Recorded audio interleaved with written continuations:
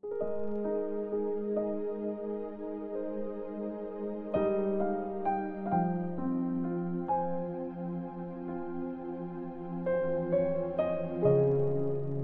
chapter 4. Ngayon, habang ino-offer pa sa atin ng Diyos yung promise niya na pahinga, mag-ingat tayo na walang kahit isa sa inyo ang hindi makatanggap ng promise na yun.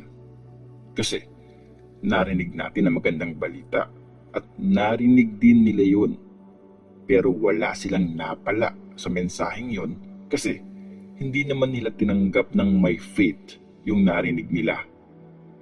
Tayong mga naniniwala, tinatanggap natin ang pahinga na pangako ng Diyos. Sabi nga niya, sa galit ko, sumumpa ako. Hindi sila makakapasok sa lugar kung saan ko sila bibigyan ng pahinga.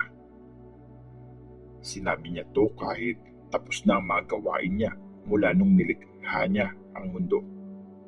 May sinabi nga sa scriptures tungkol sa pampitong araw. At sa pampitong araw, nagpahinga ang Diyos sa lahat ng ginagawa niya. At sinabi niya ulit, hindi sila makakapasok sa lugar kung saan ko sila bibigyan ng pahinga.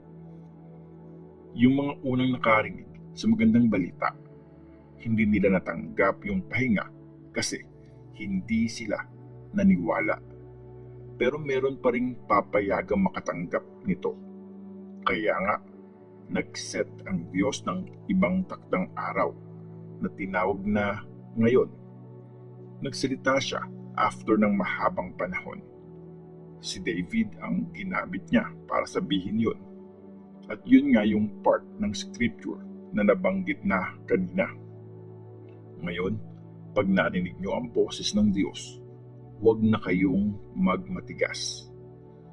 Kung binigay na ni Joshua sa mga tao yung pahinga na pinangako ng Diyos, wala na sanang sinabi ang Diyos na isa pang araw ng pahinga. Kaya nga, meron pa ring pahingang ibibigay ang Diyos sa mga naniniwala sa Kanya, kagaya ng pahinga na ginawa niya sa pampitong araw. Yung mga makakatanggap ng pahingang pinangako ng Diyos, titigil sila sa trabaho nila para magpahinga, kagaya ng Diyos na nagpahinga rin. Kaya nga, gawin natin yung best natin para matanggap ang pahingang yon, para wala sa ating mag-fail kagaya ng nangyari sa mga di naniwala.